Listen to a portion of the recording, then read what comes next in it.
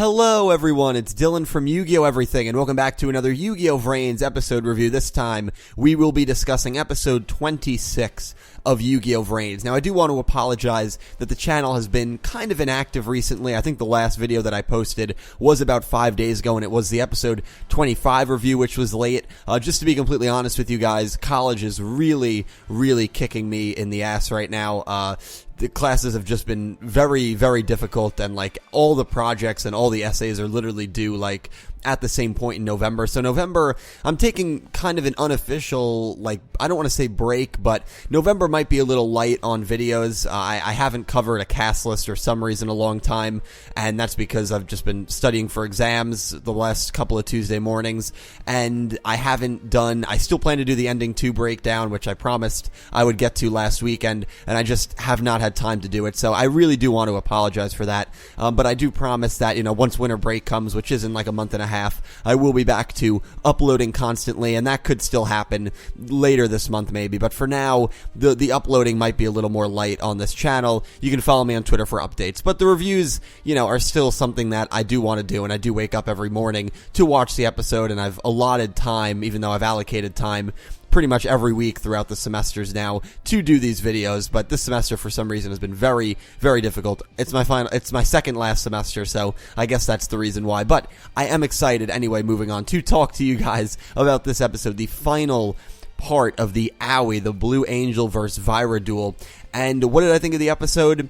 I thought it was an enjoyable episode, as I do with every VRains episode, and please, you guys leave all your thoughts down below. The episode picks up with Yusaku analyzing the footage, and the footage that he sees is of a woman who he immediately identifies, as we knew as fans, thanks to people in the community realizing it and me realizing it right off the bat, that Vyra was the nurse that took care of Blue Angel. I believe it was in episode 7 we saw her, or episode 8, one of those two episodes, and that was something that Yusaku realized right away. Kusanagi realized it, Yusaku realized it, and they pretty much realized that she was a Knight of Hanoi. They immediately found her address, which I thought was kind of creepy, but I mean, they did it with the other kid who became another when Yusaku ran into the apartment building and he saw the light in the room, and so you know, they have access to literally everything, which is awesome yet pretty terrifying at the same time. So Yusaku is going to go to her apartment to, I guess, analyze if he can find out more information about this woman. But while he does that, we flash back to the duel, and Owie is in a real pinch. Vyra already has her, I guess we can call it her trump card, out on the field, and that Cordyceps mummy card, the Link monster.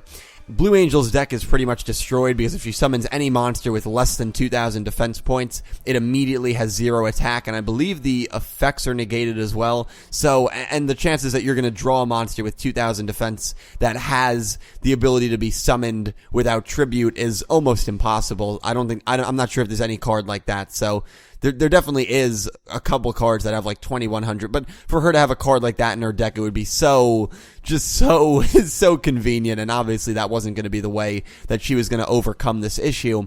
So again, and I've praised this before with the Data Gales, and I love the fact that the Data Gales let these duelists literally ride wherever they want, because there was one scene where Blue Angel takes 500 points of damage. She takes, thanks to an effect, I think she takes 500 points of damage every time Vyra draws a trap card, and obviously there's a lot of trap cards in her deck, which becomes kind of ironic later in the duel, and I'll get into that. And so she takes 500 points of damage, and she gets thrown through like 4 rooms of a building and into a wall, which definitely seemed like it probably would have hurt, but she literally gets up and screams and jumps out the glass window of the building and flies back onto her D-board and is like, that was nothing. So it's very tough for me as a viewer, and it's very tough for, I'm sure, a lot of people as a viewer to know what is going to hurt a lot and what is really not going to hurt, because that's something that just kind of left a scratch, even though she flew through literally 4 walls when she only took 500 points of damage.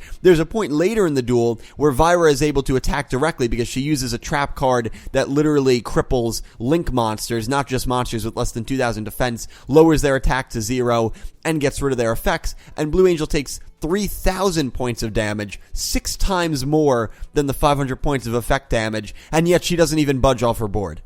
And I think in the last episode when she took a little bit of effect damage, I think it was 400 points, she flew to the ground or she flew off her board. So it's just the disparity between damage that you take and the distance that you go flying, or the amount of pain that you're in when you fall. I think of Playmaker's quote back in episode 2, or Ignis's quote, if you take too much fall damage, you die. And I guess there's a difference between taking fall damage and, getting thrown through a building and going through 5 walls. So, again, the amount of pain and the amount of, flight that your character is going to go through when you take damage is very inconsistent. It's very inconsistent, but nevertheless, it's a nitpick. It doesn't really affect my perception of the duel, and I still think it's awesome now that they have the ability to go wherever they want. But anyway, I just kind of got there. Vyra really, really cripples Blue Angel's entire deck. Her Link monsters are going to be 0 attack, effects negated. Any monster that doesn't have 2,000 defense, attack negated, effects negated. So, and she was down to 100 life points, while Vyra still had 3,600. So a really, really bad situation for Blue Angel, and she has to use her skill. We also saw Vyra's skill, which I thought Vyra's skill was really good. Obviously, for you guys that play the card game, you can let me know whether you think that skill is really good, or kind of like Emma's skill, where it wasn't perceived by the community to be an amazing skill. Neither was Awie's, and I don't think Go's was either. I don't think there's actually been any skill, maybe besides Playmaker and Revolvers, where you guys were you guys who play the card game were like, oh, this skill's really, really awesome. But I thought Vyra's skill was pretty interesting. If you have the same card, you can summon the same level with the same monster type, and I mean, I guess that's good for like overlaying and good for maybe a synchro. I don't know. Obviously, you guys can let me know much better, and let the people who read through the comments, let them know much better if this is a useful skill or not. But anyway, Vyra used that, and the turn after she used that, Aoi takes her turn, and Blue Angel literally has one chance to do this. And actually, before we get to that, there was a good scene with Akira and Hayami, his assistant, and his assistant was no longer lurking over him. She was watching on her own computer.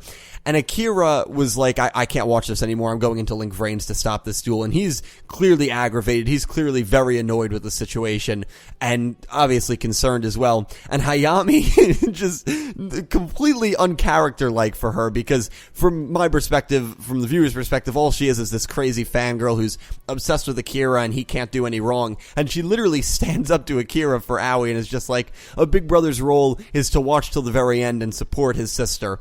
And for a second, it was like really serious, and then she just smiles and is like, is what I think.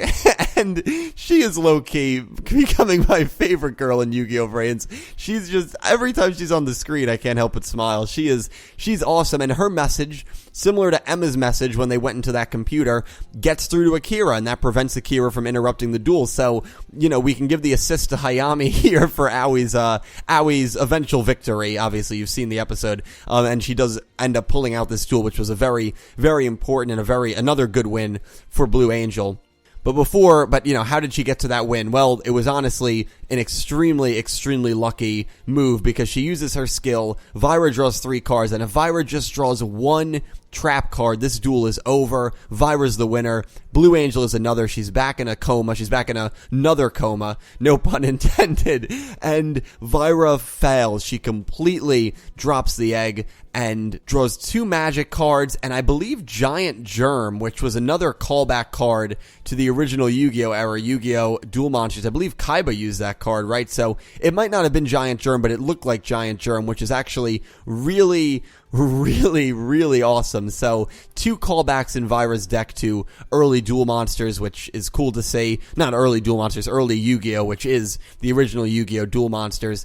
And because of that, and then Aoi draws the 1 card that she needed to get. So Vyra just gets very unlucky here. Aoi goes into a Link summon, and she summons her first Link 4 monster. Link 4 Trickstar Bella Madonna, and this was probably my favorite Trickstar monster that I have seen in terms of design. I loved that side sword that she carried.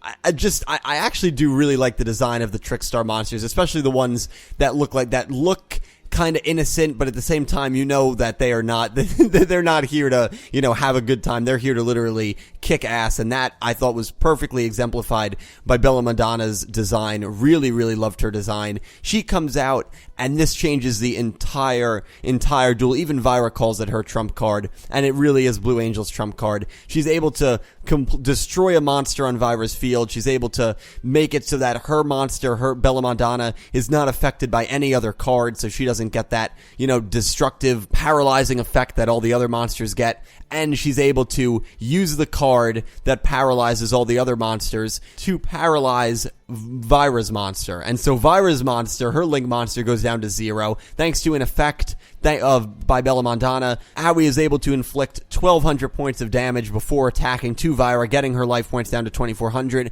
And then one blow ended this duel. And I like how Vyra hit some keys to, avoid the damage, to, avoid, the attack. And I thought she had locked out a Link VRains, but no. But obviously that wasn't the case, because then we see them sitting on a roof. And I like how there's been this, debrief scene after the duels, which is, now becoming kind of a classic Yugioh VRains thing, where, after they duel, they're chilling on the roof. The last time we saw it was Yusaku and Emma, but that was only 2 speed duels ago. The only other speed duel we've seen besides that was Go and Gnome, and that was more on the ground than anything else. But I just like how there's conversation after these duels, because that's such a normal Yu-Gi-Oh thing. But early on with Playmaker, we didn't see that at all, because Playmaker and Yusaku, he doesn't talk to people, so it's just nice to see the debriefing and the conversation. And Vyra frees everyone. She frees everyone, and when I first watched, I was like, damn, that's kind of crazy that they already got rid of this gimmick. But at the same time,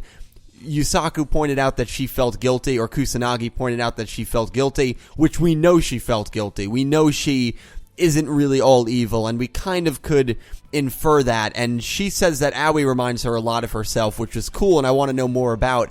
Well, I shouldn't say that. I mean, I know why. We all know why Aoi reminds her of her, but I want to know what made her change, what made her join the Knights of Hanoi, because she even goes right before she gets purged by Revolver, by the guy that she took, by the kid that she took care of growing up, from what we know based on the 25 flashback, right before she gets purged by the Knights of Hanoi, which I'm assuming Gnome did too, and so they're getting killed or put in another. It's tough to tell, really, because we just see Revolver close her eyes from the, HQ room. But I want to know what made her join the Knights of Hanoi, and we're probably not going to know for quite some time, because now it seems like she is unconscious and she is going to be out of the scene for quite a while. The moments where Yusaku was going to her apartment, I thought was great. I loved when the robot confronted Yusaku, and Yusaku's not saying anything, and I'm like, oh my god, dude, just say something. You're so socially inept. And then Kusanagi hacks in, and he was just waiting for that to happen, and he was like, alright, thanks, Kusanagi. And I was like, alright, I guess I'm an idiot. I actually felt like Ignis, and Ignis was like, don't make me nervous, and I'm like, yeah, really, I mean, you could have said something to him, but I guess that's obviously what the show does. They keep you on suspense, and the amount of suspense in this show, I feel like it's overlooked, because in episode 22 or 21, when you first had the Another issue, I thought that episode was kind of like low-key horror, where you had all these, or they were trying to imitate like a cheesy horror movie. But this was similar, when Yusaku enters the apartment and it's dark, and he's, listening to every door, and he's slowly opening every door. It has that horror suspense feel.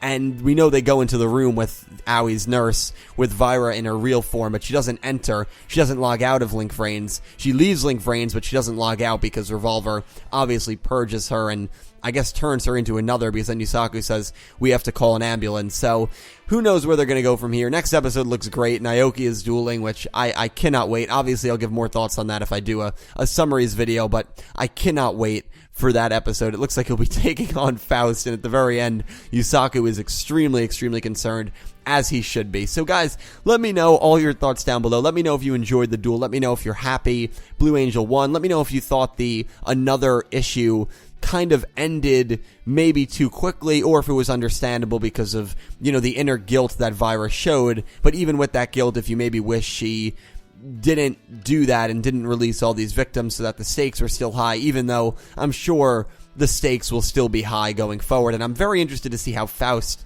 reacts to this, because it seems like Faust and Vyra were maybe husband and wife. Vyra's 30 years old, which is crazy. This is definitely the oldest cast of characters we have ever had in a Yu-Gi-Oh! So Is Faust going to be angry that Vyra is now killed? Is he going to be kind of like, shrugging his shoulders? I guess it all depends on the relationship those two still have, if they do have any, really positive relationship or not. But anyway, let me know all of that down below. Thank you guys so much for watching, and as always, I hope you have an amazing day.